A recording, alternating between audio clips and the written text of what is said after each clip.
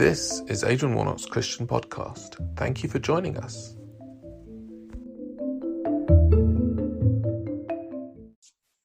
Well, hi everyone. It's Adrian Warnock here again with one of my little interviews.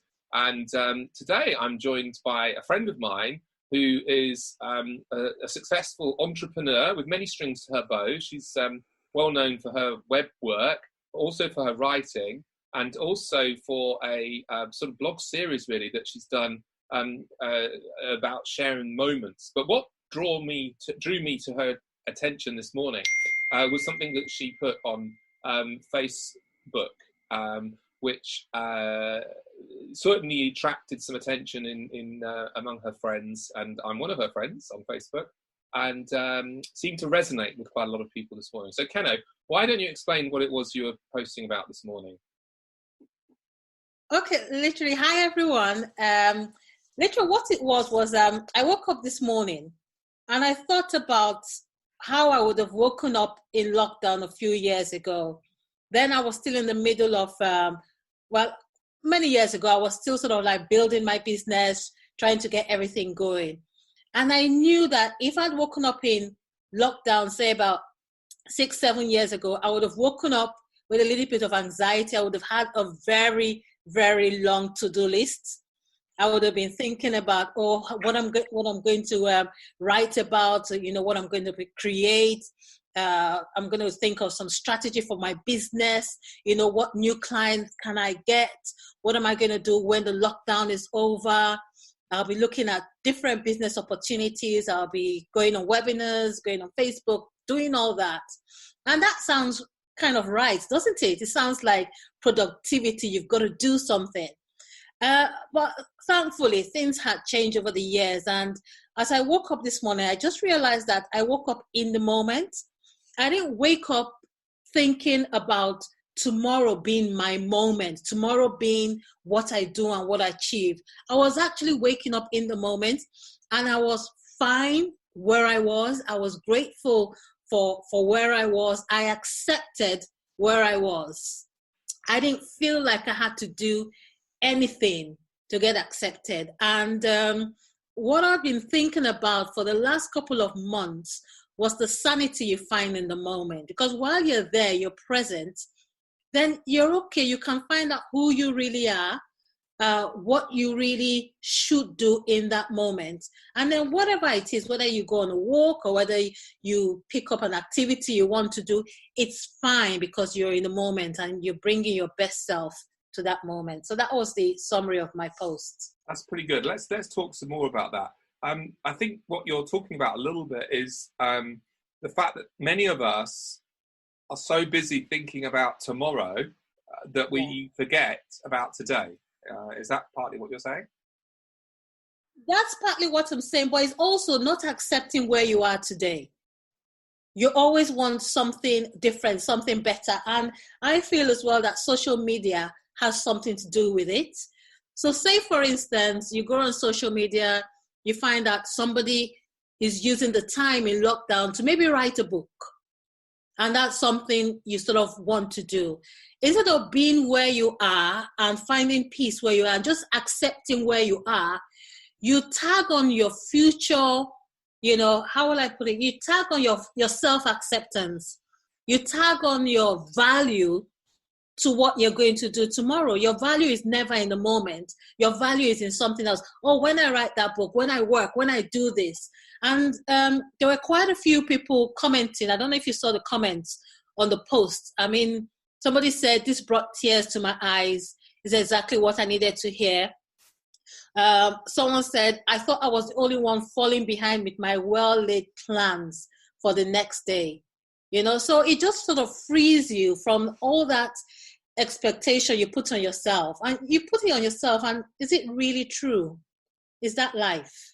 Yes, and I suppose the thing is as well, what being in lockdown does for us is it means that we can't do a lot of the things we want. And that can be quite frustrating, I suppose. We have these great plans. As you say, we're building perhaps towards the future. And I guess it's not wrong to have plans, but I guess the issue is what happens when those plans get frustrated and perhaps you can't. I mean, bit of a funny story. We thought we'd try a different tool this morning and it didn't quite work. Yes. So do you get frustrated and think, because of course you don't have necessarily someone in the office next door who might be able to help you with your IT issue. You've got to figure it out for yourself, or I don't know, even something as simple as the supermarket. You can't get the food you want in the supermarket, and suddenly we're like, no, I couldn't get the right sort of bread or whatever. Yeah. I mean, there's nothing wrong with having plans. Absolutely nothing. But it's the value you attach to the plans. So when you have no value for yourself in the moment, and your value is to what you're going to do with your plans, that's when the anxiety and the stress comes through. And that's where you get people saying that, lockdown is supposed to be a time of productivity, because that's what it's in their head. That's the mindset. And then whatever they're doing now is of no value at all. So resting is of no value. If they can't leave the house because they're vulnerable, they look at it as no value, because the value is attached to something in the future, to their to-do list. And I think that's the point I'm making, that where you are now, there's value in that, and that's where your value should be. And if you're making your plans, or you're writing your book, and that's your moment, and that's your value, that's fine. But don't get your value from tomorrow, because tomorrow is not promised to you. Yes, and I guess that's something that has also come to the fore for a lot of people.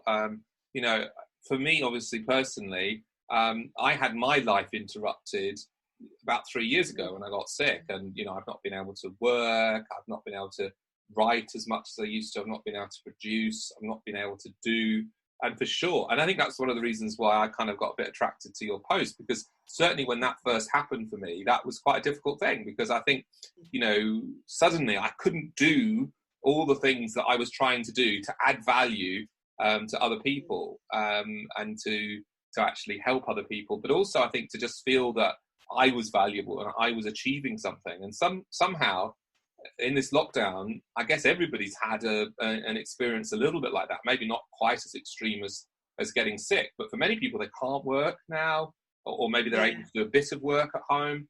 And suddenly, I think it can be very unsettling for people. It is. And I think there are two types of people. There are people that still in this, because we all know that the earth is resetting. I mean, everybody is talking about they can hear the birds singing louder now. There's something happening on the earth. We're resetting. Nature is resetting. And there's still some people who sort of have that productivity mindset. Now, I'm not talking about our valuable key workers and NHS staff, HR resource who are working really hard. I'm talking about, entrepreneurs, self-employed, people that are just in our position. But with that mindset, there's still a restlessness in them. They still have to achieve, or they still have to be productive in their own mind, and that's something in their minds. And there are other people who've just let go. And I'm saying that whatever you're doing, just make sure that there's no stress attached to it. I wrote a blog post called Sanity in the Moment, I think probably about 6 weeks ago, I can't remember. And what I said was, being in the moment is the only thing that brings sanity, regardless of whatever chaos is raging outside. Because in a moment, only two things exist. Two, yourself and your breath. Okay? Your freedom doesn't exist. You can be a prisoner, but in the moment it's yourself and your breath. You can be someone that's sick, your health is suffering, but you have your breath. You might be poor, but you have your breath. You might be homeless. So being in the moment, there are just two things, yourself and your breathing. And what I always say to people is that take control of your breathing. Tomorrow is not promised to you. I might get a phone call saying I've won $1 million. Hey, I might be a millionaire in the next moment. Or I might get a phone call saying I've lost everything. Nothing is guaranteed in this world. So if you take control of your breathing, and that's where this whole issue of mindfulness and just, meditating, of praying, of being calm in the moment, and just breathe in and breathe out. And you just take that moment and you find sanity. So imagine someone that's really anxious about tomorrow. Lay aside all that anxiousness. Take a deep breath in and take a deep breath out. Now, doing that, you find strength. There's a peace that comes. There's a calmness that comes. And once you found that strength, take it out and face the chaos. But don't run to the chaos without finding that strength. And that strength you can only find when you accept the moment as it is.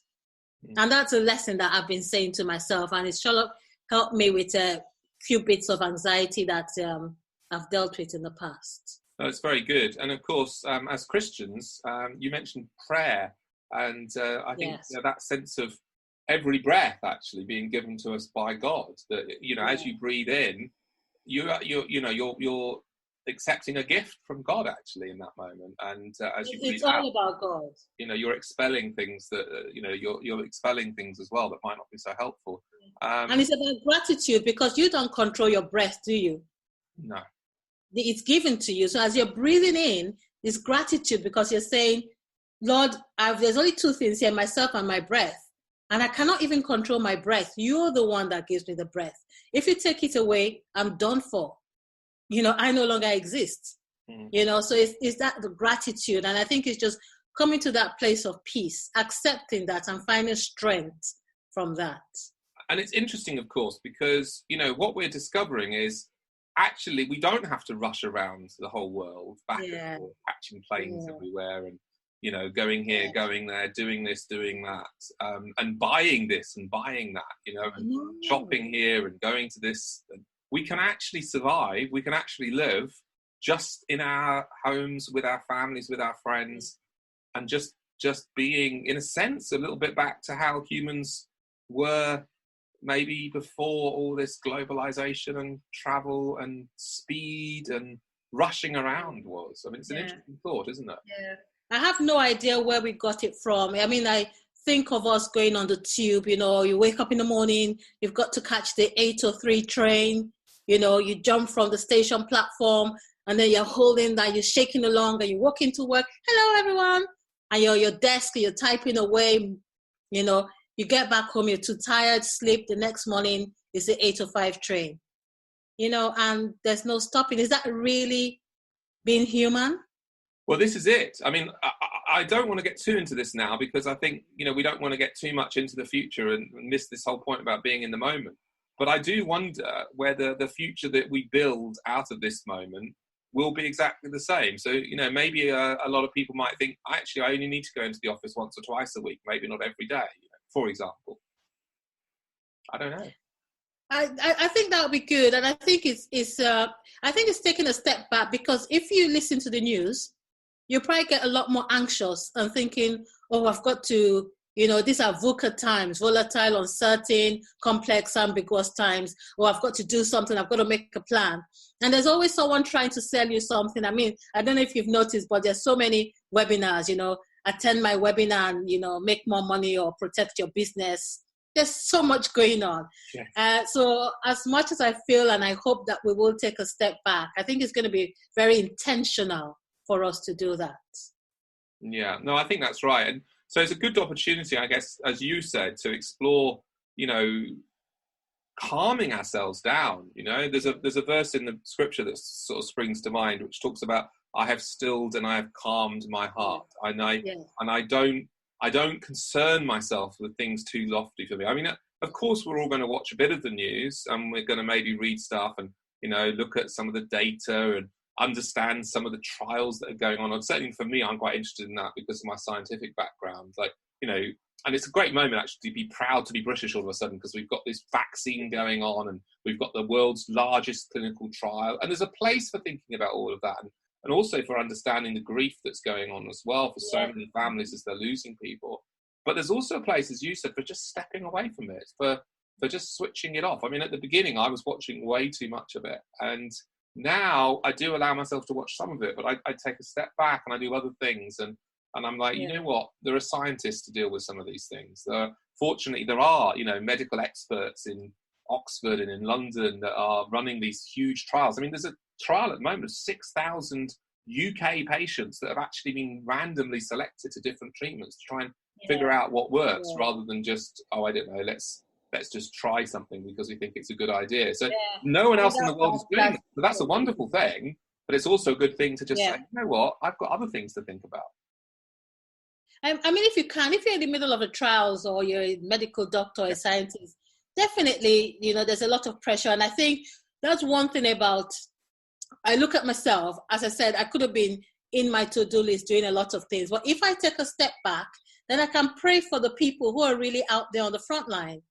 I'm not thinking about worrying about tomorrow that I don't know what it's going to look like and spending all my time worrying.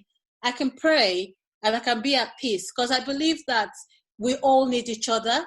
The medical doctor who is so stressed at the front line, me being calm and praying will hopefully by spiritual, will just help, because I'm not adding that sort of anxiety to the atmosphere or anything. So I just think if we can, and that will be my message, just take a step back and think about what it really means to be human again.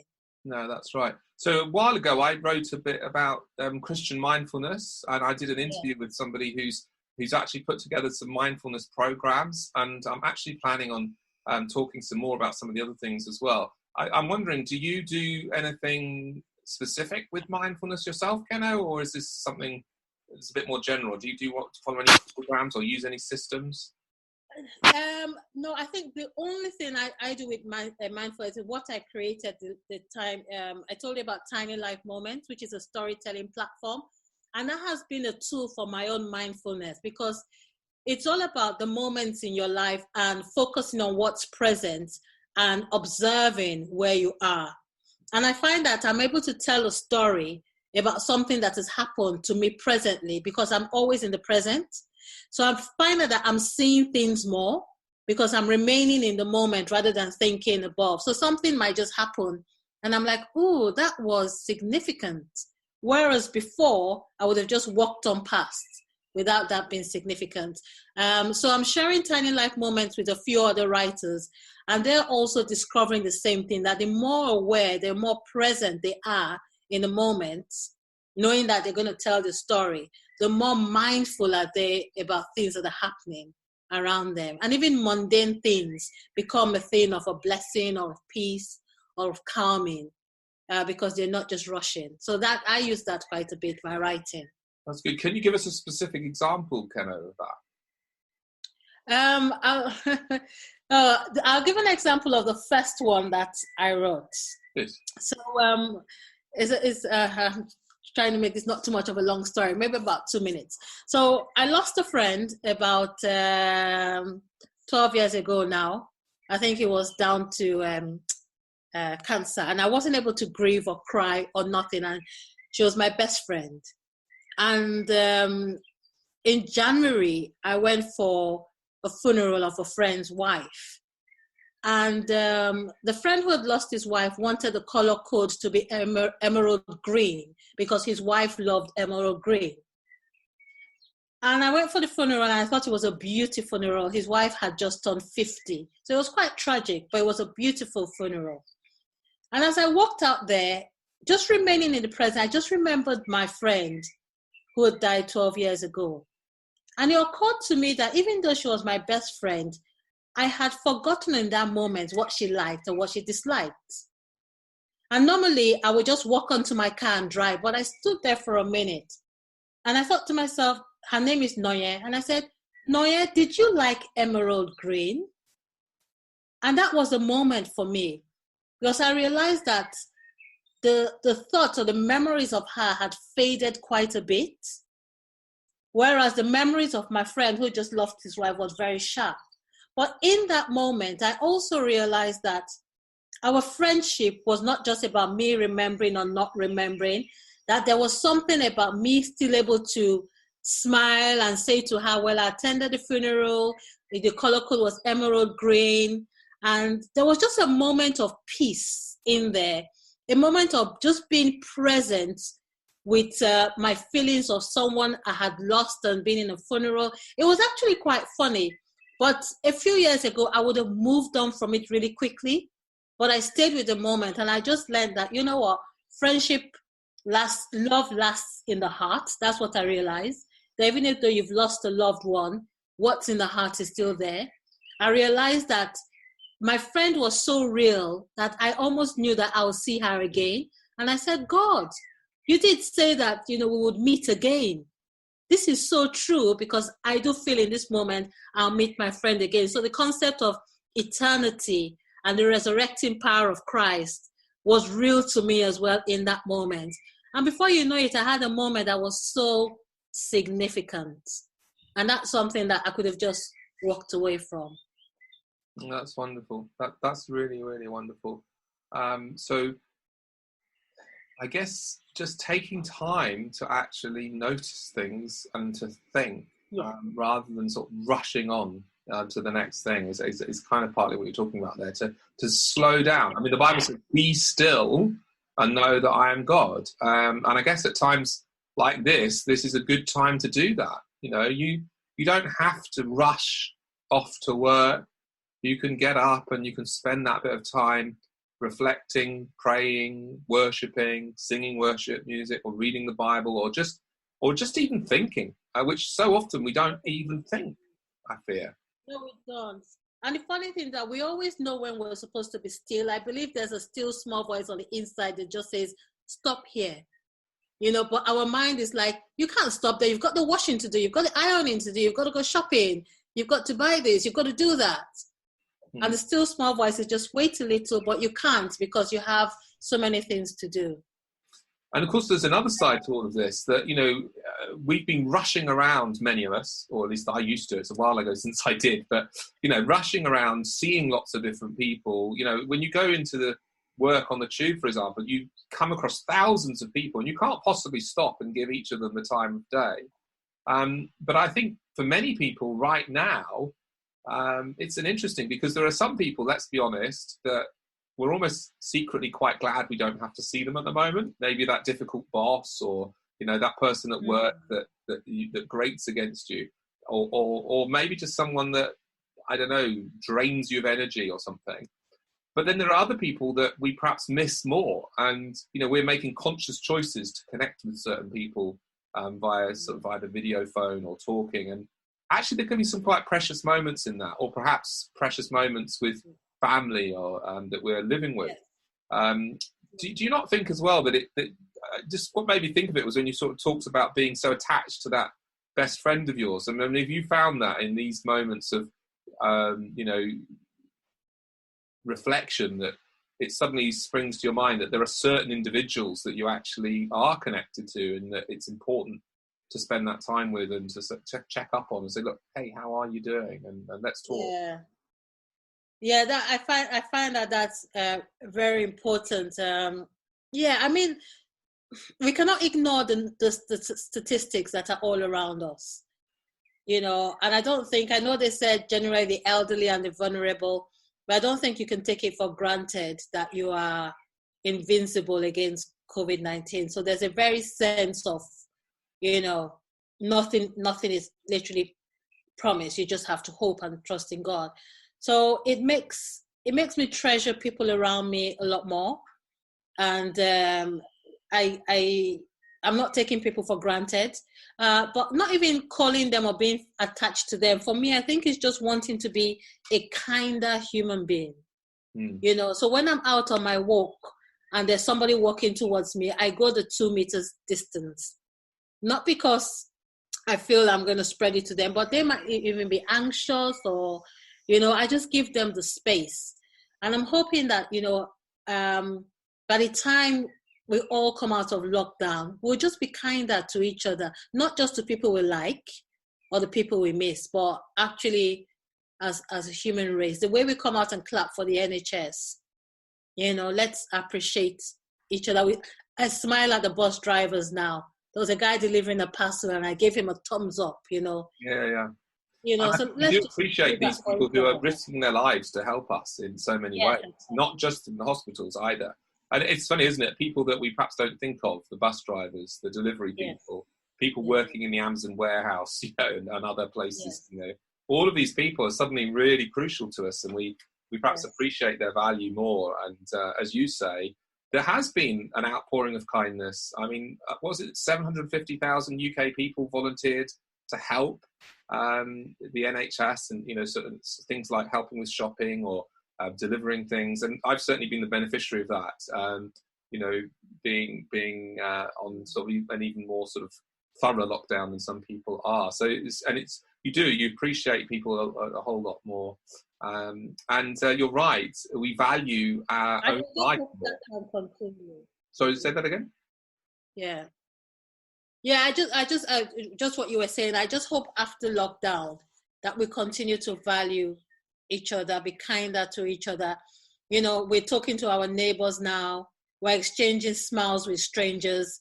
I'm not on the tube often, but I have been on the tube on a social experiment once, trying to smile at people. And I got really, really funny, reactions from people, so I'm hoping that maybe I'll do this again. Maybe I'll get on the tube again and just get in and smile at someone and hopefully get a smile back. I'll tell you what's even more funny is to try and talk to a stranger on the tube. It might not surprise you that I've done that in the past. Yeah. I find it interesting. Why are you doing that? I've done it a few. I don't use the tube often, so I like doing it. Yeah. I don't use the tube often, so there was once I was writing a series of the responses I was getting on the tube, and I'll actually go on and smile at people, and then I'll sit down and I'll write about the reactions. Lovely. So, I like that. I like that a lot. No, and I think just to sort of say as well, you mentioned about no guarantees, and one thing which I've noticed for some people today, I think it's been quite a shock for them. And obviously not everyone is responding as well as somebody like you, but there are some people who are suddenly really anxious because I think many of us have grown up with the idea that we'll be fine, we'll live till we're 80 and then we'll fall asleep, and that'll be the end of that. And we don't even think about that. We just sort of almost live as though we'll live forever. And of course for me, when I was diagnosed with a life-threatening illness, that really did sort of confront me with my own frailty and my own mortality, and as you say, it makes you value life a lot more. And I think that in some ways, maybe not everybody, but a whole lot of people are having that experience right now because of this COVID-19. Yeah, I mean, I definitely have been quite shaken. I actually wrote a blog. I actually had to sit down and write a blog on what I felt death meant as a Christian, because obviously the way we think about it is different. It never ceases to amaze me that death is one of the things that's most sure with human beings. But we as a race have been able to sort of just walk around and survive without thinking of death. We're not confronted with it. And even if when we are at a funeral or when we're ill, we find it very easy to sort of forget it the next day, and not really come to terms with we're really very fragile.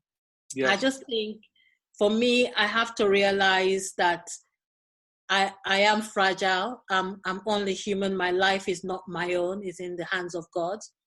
And I have to leave it there in the hands of God and have to trust Him.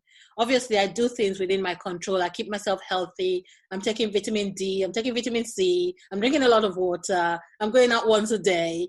So I'm doing what I can do. But in the long run, my life is in His hands, and I'm just going to leave it there. That's a beautiful thing. And I mean, this is one of the things which is interesting. I do sometimes wonder how people cope without that faith in God, without that belief in eternity, and that belief that, where we are so frail, that somebody else is in control. I mean, yeah.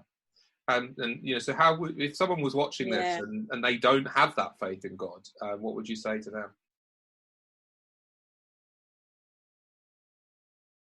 Are you there, Kenneth? Difficult question, huh?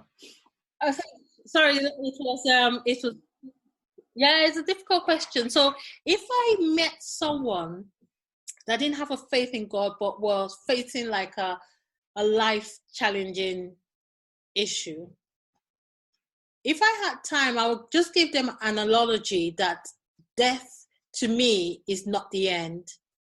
I look at death as a doorway or a portal. And I'll say to them, when a baby is being born, you should know this. A baby is in the womb for 9 months? In a nice, cozy womb for 9 months, okay? Now, imagine that baby being born.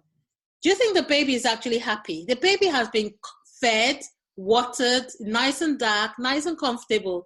And then suddenly the baby is being pushed out to a very noisy, screaming woman with people, giants in green gowns.